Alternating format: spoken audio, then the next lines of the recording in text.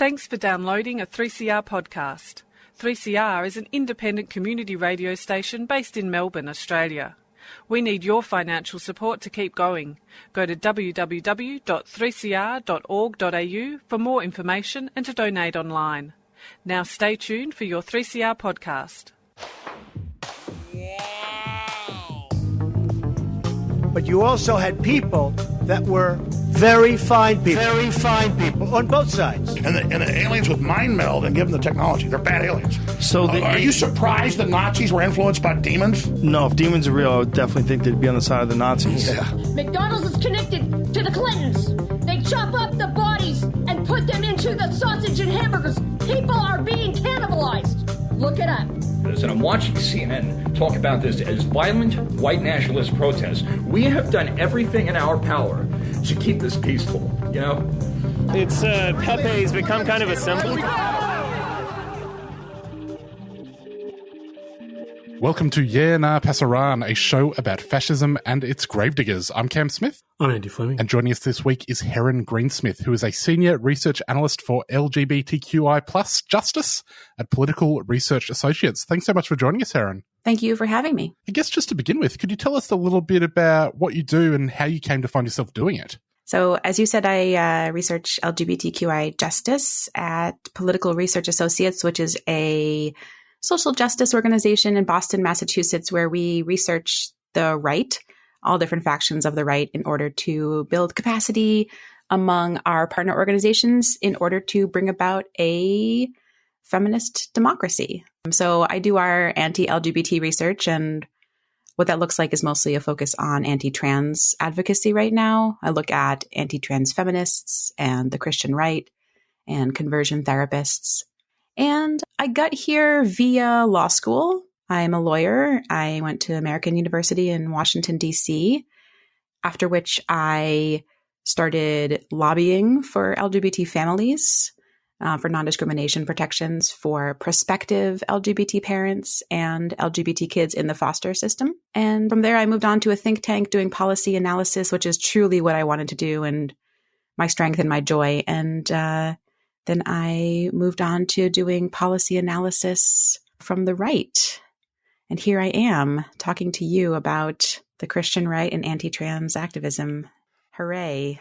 Well, I feel like a harbinger of doom whenever I come onto a podcast or something. Well, it's the end of Pride Month. Tomorrow, all of the rainbow avatars go away, and no, the 33% extra buy Thruple toothpaste goes off the shelves. But we've also had some negative things this Pride Month. There's been increased attacks on LGBTQ communities. Could you tell us about the sort of things you've been seeing happening? Yeah, we've been seeing an increase. I'm sure that most of your viewers have seen our increase in state violence. I'm talking about our increase in laws that prevent trans girls from participating in scholastic athletics with the team that matches their gender identity. We've also seen for the first time ever, bills criminalizing or penalizing youth from accessing trans-affirming care, or families from providing trans-affirming care for their children, or doctors from providing trans-affirming care to their patients. So our state violence has heightened. Likewise, our organized and interpersonal violence has also heightened here in the United States, most notoriously with the Coeur d'Alene Pride in Idaho. Last weekend, there was a Pride event that was planned to be interrupted with intent to riot by members of a militia organization called the Patriot Front. And the FBI arrested 31 members of the Patriot Front who had driven to the Pride in a U-Haul van, I understand, with some shields and maybe some sticks, and then I think one smoke grenade, with the express intent to riot and to cause some mischief at Pride. And then finally, we're seeing just an increase in interpersonal violence. We're seeing an increase in attacks on drag queen story hours. We're seeing an increase in people reporting just, folks harassing them on the street. And that is all being fueled by heightened rhetoric on the Christian right, and then some pretty intense anti-trans rhetoric and mis and disinformation around a couple of events recently. Would it be helpful if I talked about what happened in the wake of the Uvalde shooting? Yeah, absolutely. In the hours right after the Uvalde shooting, which is, again, we had a mass school shooting in Uvalde, Texas a couple weeks ago, in which I believe it ended up being 21 people, mostly children, were killed by a single shooter who entered the building and entered a classroom. And we're still seeing the news from that shooting come forward and a lot of information about law enforcement's failure to act and protect the children. But in the hours right afterwards, a disinformation campaign arose out of 4chan and some other right-wing blogs that the shooter was transgender. And the way they developed and spread this disinformation was by taking real trans women's photos who looked slightly similar to the shooter, mashing them up into a meme and then spreading it everywhere. And it got so much play that a couple of representatives in our Congress actually shared the disinformation. Obviously really impacted these trans women's lives. One of them has been reporting publicly about how the death and other rape threats she's been getting due to her involvement in this disinformation campaign. I think something about that incident is really illustrative of the problem with combating disinformation.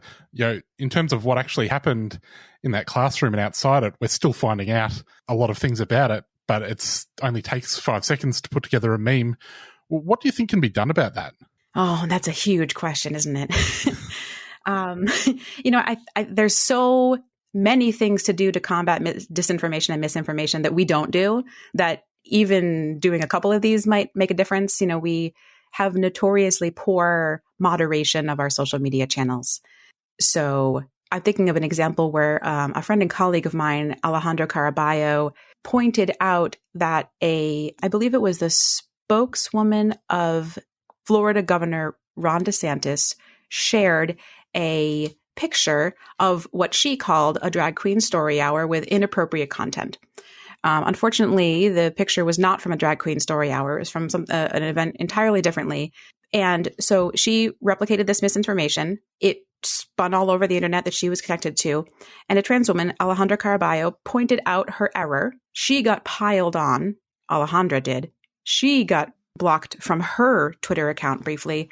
Meanwhile, the spokeswoman for Governor DeSantis still has the tweet up. The tweet itself hasn't even been removed. I don't want to say more moderation, but human moderation is clearly superior to algorithmic AI moderation, which tends to favor pile-ons over actually moderating death threats and and disinformation. So the first I would say is robust moderation of our social media channels. The second is more of a squishy recommendation for how to combat mis and disinformation. And that is to fill the airways and the information waves with robust defense of justice for trans lives. Actually, Alejandra Caraballo and I wrote a piece for Teen Vogue magazine a month or two ago, talking about how in the United States, at least, the major LGBT organizations have not been able to adequately address and combat the mis and disinformation speeding around the United States right wing right now. And I believe that is because we lack the conviction and the courage to stand up and say very, very, very strongly, nope, trans people are our siblings. We believe in justice for trans lives. And to make statements as strong as those flying around the misinformation and disinformation spheres right now. The third way to combat mis and disinformation, might be out of our capability right now, and that would be truly making some decisions about what kind of conversations we allow on the internet and what kind of spaces we allow on the internet. It's clear that unmoderated spaces have been a haven for radicalization, and yet those spaces continue to persist. And I don't think the United States has been able to competently, like some countries, I'm thinking of Germany, for example, competently respond to the urgency of disinformation within spaces like 4chan, for example. We seem unable to reconcile our desire for free speech with a better understanding of what hate speech actually does to increase radicalization and organize movements that are violent against trans people. Heron, I was watching the January the 6th committee hearings during the course of the past week, and it was noted that Donald Trump the former president, was gleaning much of his information about the election from various parts of the internet. At the same time, the Republican Party, seems to have been fairly thoroughly colonised by Trumpists, with the accompanying increase in violent, hateful rhetoric directed at transgender people. In terms of the Republicans and the Democrats, is there much difference? And also, I guess, can you comment on the Supreme Court and what decisions it's making about trans lives? The difference between Republicans and Democrats, just a small question. Yeah. I vote Democrat. I am a leftist. I vote Democratic because, I vote leftist in local elections, as we all should. I vote Democratic in major elections. So I will say that I am certainly complicit in the prolonging of our two-party system here in the United States, which has clearly been a failed experiment. I think that the parties have fundamental differences in the roots of their policies. I think that conservatives necessarily conserve and believe that there is a scarce amount of resources around to create the conditions for safety and health and a life free from violence. And so they need to decide who gets access to those resources and who doesn't. I don't think that, however you want to call us, progressives, Democrats, liberals, believe in that level of scarcity, meaning that there is truly not enough resources to create safety and health for all of us. But at the same time, so many mainstream Democrats are entangled with the wealth-making operation of capitalism and entangled with perpetuating capitalism that it seems very difficult to pry them away from that system, make them understand that, capitalism is one of the systems that is hurting people in this country, including transgender people, including LGBT people. So that is where I would say that the lines begin to blur. Nancy Pelosi, the Speaker of the House and the head of the Democratic representatives, we have two chambers in our legislative branch, is the richest Congress member. And I think that's really important to note that she benefits from the perpetuation of capitalism as much as she will crow about protecting women and protecting LGBT people. At the end of the day, she is also protecting herself. And as far as the Supreme Court, there have not been any explicit LGBT cases on the docket this year, although a couple years ago, Bostock v. Clayton County, which affirmed that in the United States, federal employment protections do include protections on the basis of sexual orientation and gender identity. That was decided a couple of years ago in an enormous watershed case for queer people in the United States. But what we're all holding our breath for is Dobbs, which is the case that may or may not overturn Roe v. Wade here in the United States, Roe versus Wade, the case that said that there was a constitutional right to access an abortion in the United States. And if that is overturned, then quite a number of states are already poised to recriminalize abortion here. So we're waiting with bated breath. It could have happened right now, y'all. It's 10:15. I don't have my news up, but it could have happened. One other thing I've noted in reading over some of the material you've published on this subject is, along with the US Constitution and federal law, there's all sorts of laws and legal battles taking place on state and local levels across the United States.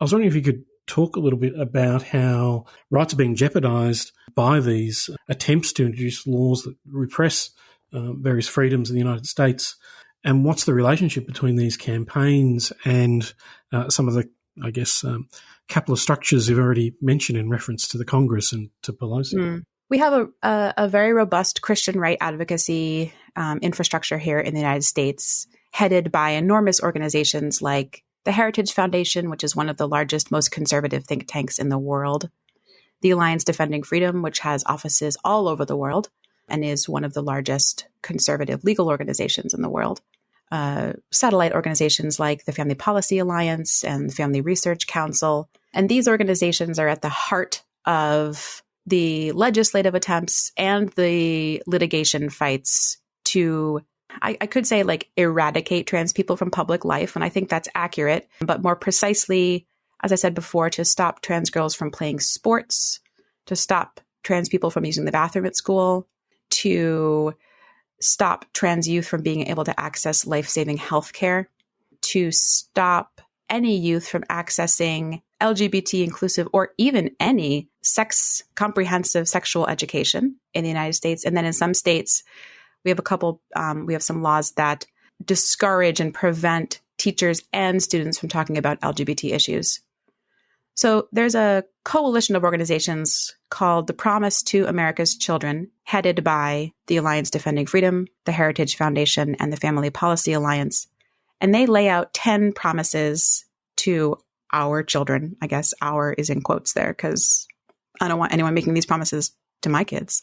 To protect them from lewd content, for example, to make sure their parents can still send them to conversion therapy if their parents want to make sure that they can't access trans-affirming care. So these Christian right organizations are at the heart of these litigation and legislation, policy advocacy avenues. And these same organizations are being funded by the millionaires and billionaires at the top of the financial heap on the Christian right. So billionaires like Betsy DeVos, who you might remember from being the Secretary of Education under President Trump. She is a billionaire heir to a couple fortunes and has also married into money. And her family have multiple named family foundations. And they also give money to other foundations, including the National Christian Foundation, which I believe is still the largest foundation in the world. I just looked up their financials, and I believe they have over $1 billion in money moving through the foundation in 2021. The perpetuation of capitalism means the perpetuation of the Christian right at this point. When you have these organizations being funded at such large amounts by billionaires who are relying on capitalist systems. For example, the Wilkes brothers are another enormous funder of the Christian right, and they are a fracking family. Fracking, obviously, when you push high pressured water into the ground to break up the ground to find oil. Is that right? Anyway, it depends. It is the perpetuation of capitalism is directly tied to the perpetuation of the Christian right. And these churches and these nonprofit organizations in the United States don't need to pay taxes. So it is not only, a theologically convenient way to distribute your wealth, it's also an economically convenient way to distribute your wealth. Foundations are a great tax write-off. Doing God's work. Doing God's work with the millions that you raised by shooting high pressure water into ground. Speaking of the environment, there's been a bit of discourse in Australia in the last week about the Greens party here and their relationship with TERFs. They have a little bit of a TERF problem. Your TERF should be green, but your Greens shouldn't be TERFs. One of the arguments that's been put forward from a progressive writer, and a lot of air quotes happening in this question, is that trans issues are an elite issue that we shouldn't be worried about because the climate is about to collapse, which is like taking class reductionism to a whole new level. I was wondering, could you speak to how can we combat this sort of rhetoric from the left? I could be naive, but I do think that any rhetoric that says, well, this fight is more important than this fight, and either of those fights are about, the survival of actual people, I still feel like these are holdovers or bubbles of scarcity mindset, where we have this moment of, oh, fuck, I'm gonna, my children are not going to survive the coming climate crisis. I need to work on that more than I need to make sure that trans people have, access to sports. But that, as you say, that is such a reductionist failure to see material impacts of anti-trans advocacy, right? We absolutely do need to address the upcoming climate crisis. And the people impacted by the climate crisis are going to be people who are experiencing homelessness, are going to be people who are closer to poverty, are going to be people who have less access to comprehensive health care. And that's trans people. Half of trans people in the United States live in poverty, live in less than $30,000 of household income a year. We can do both of these things at once. You can prioritize environmental activism in your daily life and also understand that the people impacted by climate crisis are those who are currently right now organizing for their own health and safety in other areas. Black people, Indigenous people, low-income people, people experiencing homelessness, people with disabilities. Like, these are the people who are going to be impacted by high levels of heat, by floods, by droughts, by rising food prices. This isn't a either or, it's a yes and. In addition to certain segments of the left, I suppose one thing that's curious about attacks upon the rights of transgendered people is the coalitions that sometimes form between self-described radical feminists and the Christian right, and that's especially the case in the United States, perhaps.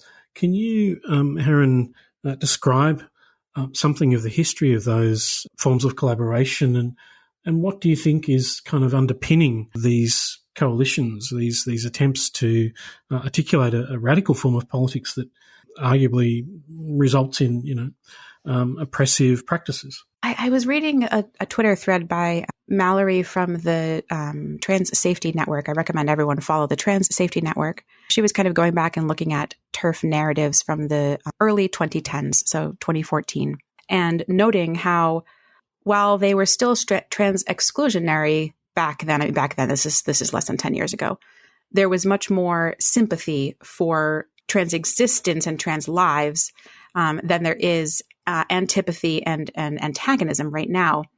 But I do want to go a little bit further back to Janice Raymond, who at the end of the 70s, early 80s, wrote kind of like the anti-trans feminist novel. Not novel, tome, I guess, The Transsexual Empire. And then she was asked by, I believe it wasn't the Department of Health at the time, but it was maybe the Department of Veterans Affairs. I'm going to get this wrong, but I assume that your listeners will be able to look it up if they needed to.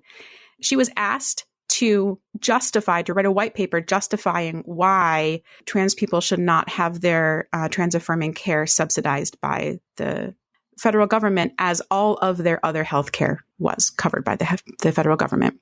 And she's not a health expert. She was a theologian and philosopher who was also a feminist and wrote this book about how trans people are horrible.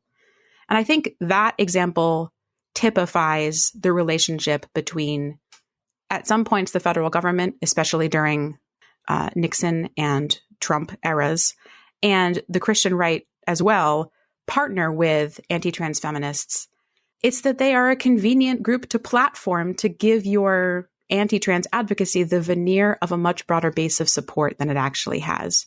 When you have a woman saying that she is a radical feminist and she is frightened of trans people, that certainly gives a perspective that the Christian right cannot claim by itself.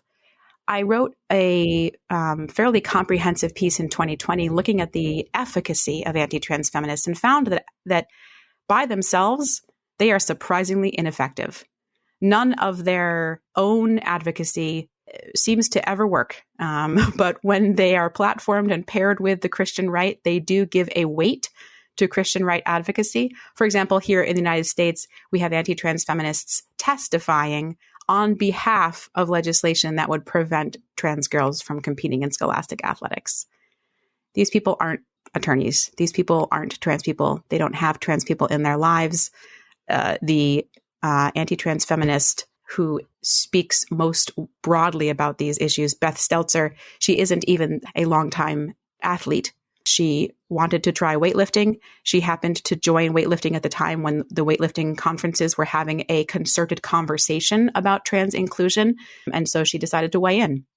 And she decided to weigh in on the side of trans exclusion. So to me, it is less of a unusual partnerships or a unlikely bedfellow situation, and more a situation of the Christian right seeing exactly how utile these spokespeople can be, and using them exactly for those purposes. And anti-trans feminists aren't the only ones they platform. The Christian right platforms anti-Black people and people who have had abortions who regret their abortions. The Christian right is excellent at platforming loud members of minority populations who undermine their own justice. I've just looked it up. Janice Raymond got a grant from the Department of State. State, thank you. They might have thought the transsexual empire had some oil. Yeah, trying to frack it, huh? Heron, you touched on it a little before. Obviously, none of this ends with, trans women in sport. Could you talk a little bit about, I guess, some of the eugenicist, or I don't think it's even too hyperbolic to say genocidal aspects of, what is planned? My colleague Fred Clarkson, who researches the Christian right, always says, believe what they tell you they believe until they show you otherwise. And the Christian right has shown us that they truly believe they are bringing about a Christ-like earth so that Jesus can return. And part of those beliefs includes gender essentialism, meaning that there are men and there are women, and those men and women get married, and they are perfectly complementary and fit one another, both physically and metaphysically, and have sex in order to procreate, and never use birth control and never get abortions, and have babies who will then spread God's message throughout the globe. And at a certain point, we must truly believe that this is what they want to bring about. And in order to bring about gender essentialism, there must be no trans people, because we, trans people, non-binary people, I'm non-binary, do not fit within that narrow theological evangelical right understanding of what a Christly earth looks like. And then when you're looking at the beliefs of anti-trans feminists, like Janice Raymond, who said in the transsexual empire, excuse my very explicit language, she wrote that trans men are the final solution of women. That kind of language, you can't step back from that. You can't step back from saying that you find trans people, the genocide of women. It is simply not true. It is unsupported by all, peer-reviewed research. But you can easily see how that kind of rhetoric leads to what we saw, I think it was 2 weeks ago, with those anti-trans feminists in the UK, Helen Joyce and Helen Staniland, who said out loud that they don't think anyone should be able to transition. No one should be able to transition. We've heard this argument for youth. We've heard this argument for youth up to 18. Let's let adults transition. I've even heard it for youth up to 25 or 23. Let's let, older adults to transition. But to say that no one should be allowed to transition, that is some genocidal language right there.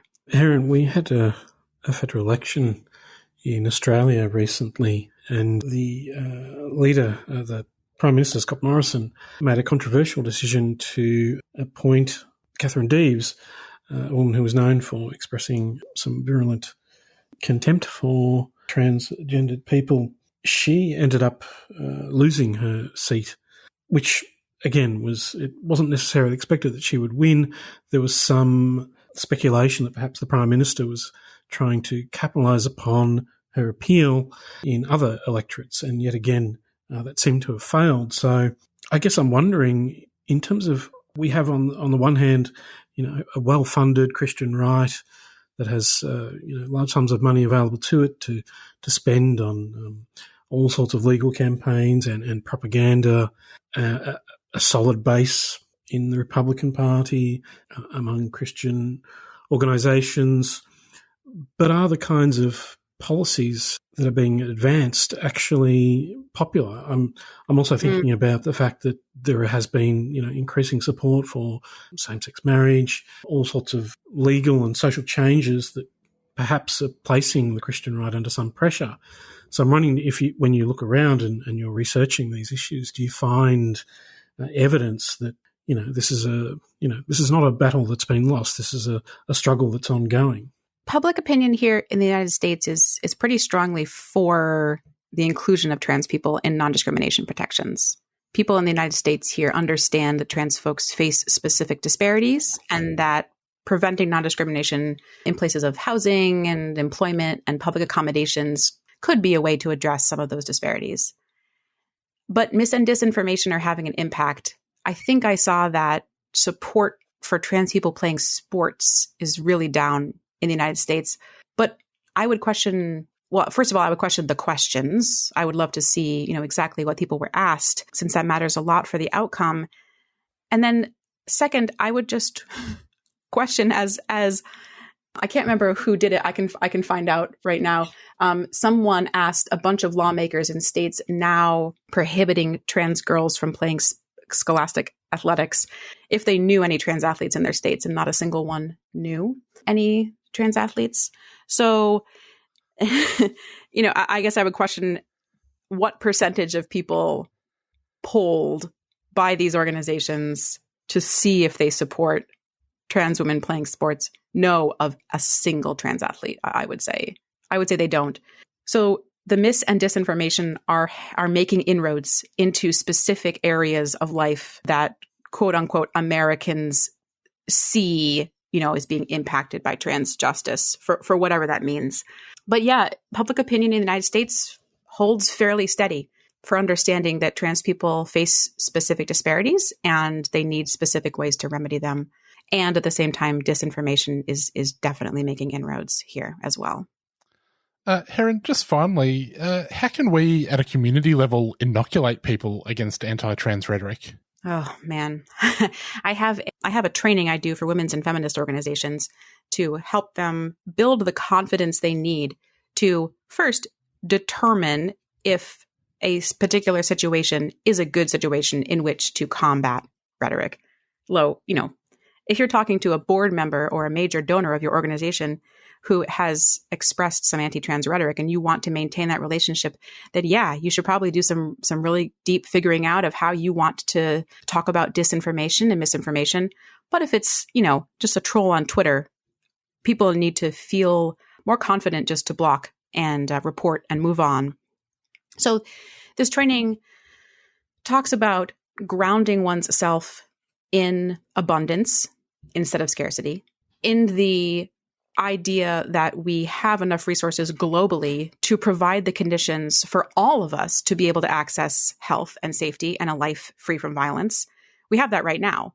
How many billions of dollars does Elon Musk have? We have the resources globally to create health and safety and a life free from violence for every single person on the globe.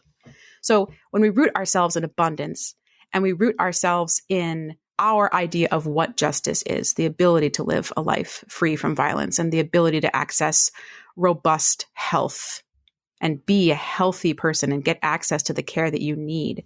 When you respond to mis and disinformation rooted in values, rooted in abundance, you find yourself not so much responding as disrupting. And that is my intent with this training.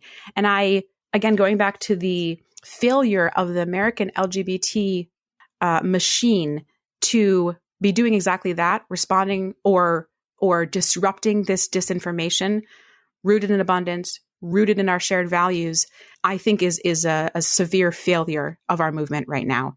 So if you're out there, if you're listening, be confident, determine whether or not this is a relationship that you want to keep and a relationship you want to grow. And if it is a relationship you want to grow, ground yourself in abundance, know that you have the moral good upon your side, root yourself in your values, and you're going to be great. Excellent. Well, Heron, that's all we've got time for. Thanks so much for joining us. If people want to follow you on Twitter, you're at HeronG. Thanks for coming on. I am. Thank you so much for having me. This was awesome. I'm just going to do a couple of other little wrap-up things. And then... Yes, sorry, Andy? Sorry, Cam. There's one other thing. I'm just... the US Supreme Court apparently has struck down Roe v. Wade. I've just seen a headline now. So I don't know if we should acknowledge that or... Yeah, I think we need to acknowledge it, yes. Yeah. So I don't know if Heron would like to comment on that. I'm just reading the headlines. I don't know the details, but yes. I'm reading it now. It looks as though the draft leaked a month ago, drafted by Alito. Oh, it said the New York Times is saying echoed. The decision echoed a leaked draft opinion published by Politico in early May. So it may be substantially different than the leaked draft, but regardless, it does look like Roe v. Wade, which again guaranteed a constitutional right to abortion in the United States, has been overturned, meaning that in many states abortion will be criminalized, and in many others it will be inaccessible. Not good, but the result of many decades of campaigning from the Christian right. Yes. Many successful decades of campaigning, many successful decades of creating a straw man or a straw fetus in order to place pregnant people and people who could get pregnant as only one side of a quote unquote debate. Whereas we know that fetuses don't have rights. Fetuses are not people, and pregnant people are. So we are going to see devastating returns from this. It's probably too much to ask you to prognosticate when this has just happened. What do you think the response to this is going to be? They did say they would riot. The Liberals? We did say we would riot. We better let you go. I'm fine. I mean, unless y'all need to go. No. I just read a report from an incredible organization here in the United States called Galvanize Action, GAL as in women, Galvanize Action, talking about how white women are among the populations in the United States most activated by threats to their inner circles, meaning they are among the most conservative people in the United States. And they are one of the largest portions of the electorate here in the United States as well.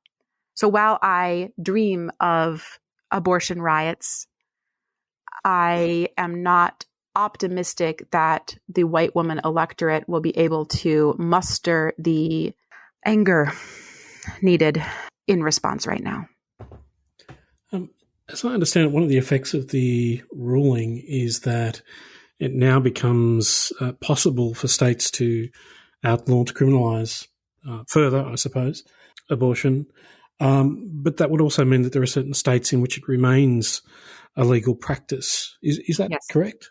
That is correct, yes. This merely says that there is no guaranteed constitutional right at the federal level, and in fact explicitly says that states have the right to determine whether or not people living in their state can access an abortion in their state. I guess, how does that express itself regionally? I'm not familiar enough with US politics to say, but I understand that a place like California, it's likely to remain lawful, whereas somewhere like Texas or Georgia or somewhere else, it's less likely to be, or it's there are all sorts of variations. And one of the issues is that for women or to people who are undergoing pregnancy in those places, part of the problem is the being forced to travel vast distances, expend money, all those sorts of things, further cementing access to the privileged, who of course will remain in a position, presumably, to exercise their rights, I suppose.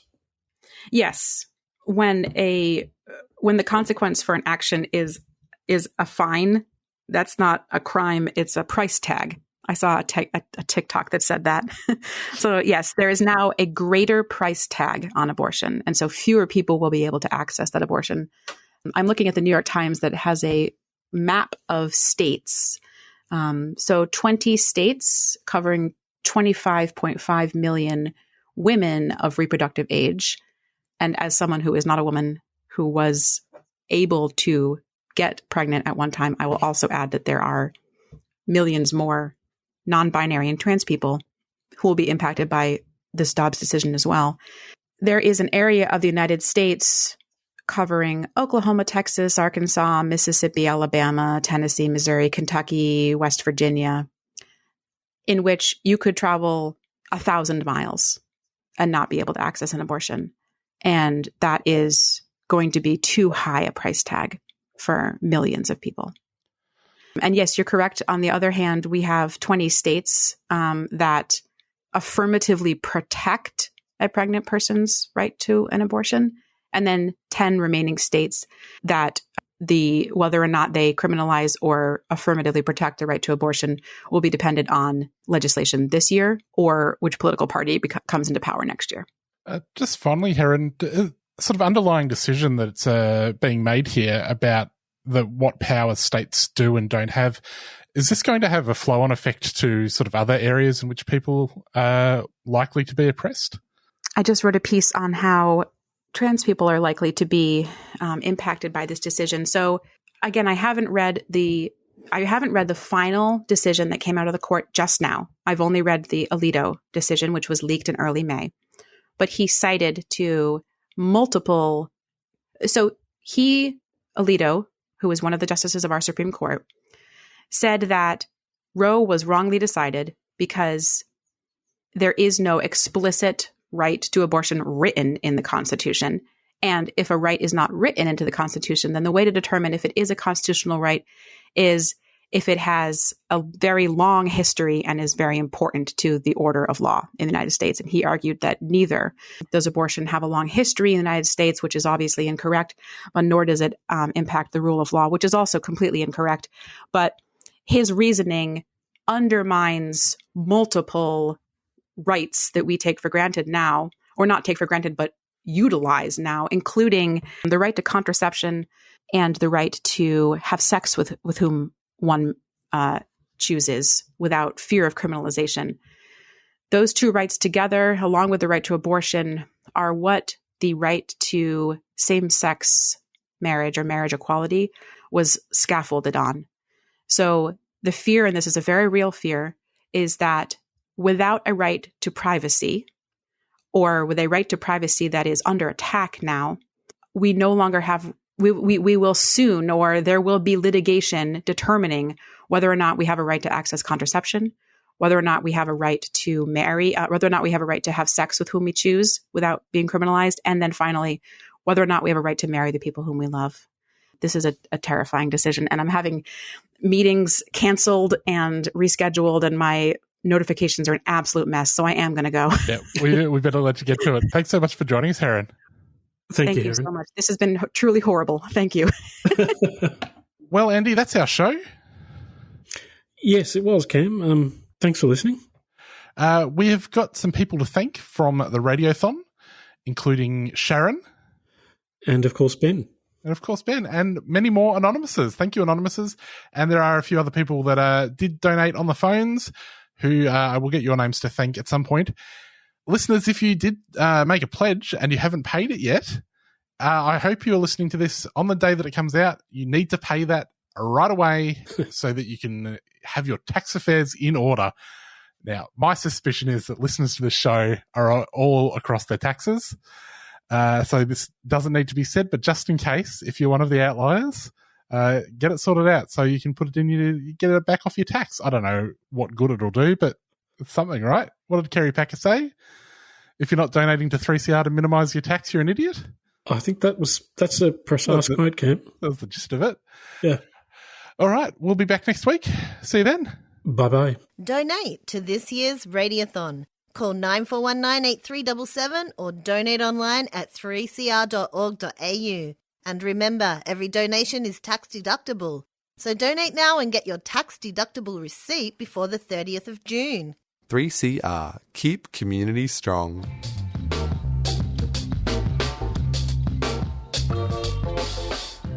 Online and in cinema. Melbourne Documentary Film Festival will be running online from the 1st to the 31st of July and at Cinema Nova from the 21st to the 31st of July. Canvassing the world's best docos from South by Southwest, Tribeca and Hot Docs, as well as the best Australian content. Check out the lineup and book today at mdff.org.au or cinemanova.com.au. The Melbourne Documentary Film Festival is a 3CR supporter.